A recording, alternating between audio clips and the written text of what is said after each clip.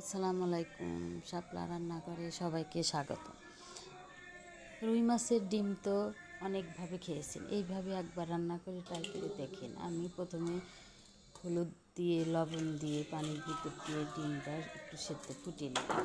ফুটিয়ে নেওয়ার পরে আর একটা প্যানে দিয়ে দিলাম 6-7টা শুকনো মরিচ, আস্ত জিরা আর মিষ্টি সস দিয়ে একটু ভেজে নেব। এখন আমি হালকা করে ভেজে নিয়ে এখন ব্লেন্ডার জারে ব্লেন্ড করে নেব। তারপরে দেখেন সেই রুই মাছের ডিমগুলো আমি ছোটো ছোটো কিউব করে কেটে নিয়েছি। এখন চলে আসলাম সরাসরি প্যানে, দিয়ে দিলাম প্যানে তেল। রেগুলার রান্নার তেল একটু কমই দিয়ে দিলাম, আজকে রান্না করবো এই কারণে সুস্বাদু পাতলা ঝোল রান্না করব। পাতলা ঝোল রান্না করার জন্য আমি পেঁয়াজ কুচি দিয়ে দিলাম 1 কাপ, কাঁচামরিচ দিয়েছি 3-4 ফালি করে। তারপরে সেই মশলাটা তৈরি করে নিলাম, ব্লেন্ড করেছি সেটা একটু ঢেলে দিলাম। তরকারি কালারটা যে এত সুন্দর আসবে আর এত মজা লাগবে আমি কখনো ভাবতে পারি না। আমার ছেলে আর মেয়ে ওরা সুন্দর করে একটু কেটে কেটে খেয়েছে, কোনো কথা বলে নাই, বলে যে ওয়াও সেই মজা হয়েছে।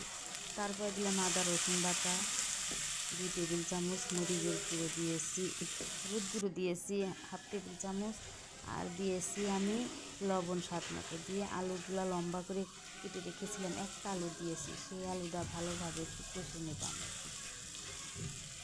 আলুটা 2-3 মিনিট এইভাবে একটু উল্টে পাল্টে ভালোভাবে কষে নেব। এইভাবে একবার এই মাছের ডিম দিয়ে আপনি আলু বেগুন দিয়ে রান্না করে খেয়ে দেখেন, কী যে মজা, খুবই লোভনীয় খাবার হবে। দেখেন তারপরে ডিমগুলো কেটে দিয়েছিলাম সেটা এখন আস্তে আস্তে দিয়ে দেবো, দিয়ে হালকা করে নেড়ে নেব। আমার কাছে তো সেই মজা হচ্ছে, যেহেতু আমার বাচ্চারাও পছন্দ করেছে। এইভাবে এই গরমে এরকমভাবে একটা খাবার খাইলে, স্বাস্থ্যকর খাবার খাইলে স্বাস্থ্য ভালো থাকবে, অসুখ বিসুখ হবে না। তারপরে একটু পানি দিয়ে দিলাম, দিয়ে ভালোভাবে একটু নেড়ে চেড়ে নিলাম।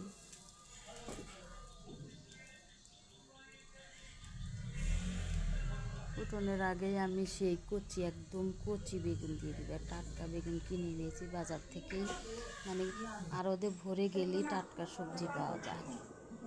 তারপরে রান্না করে নিলাম, ফুটে নিয়েছিলাম 10 মিনিট। 10 মিনিট পরে চলে আসলাম।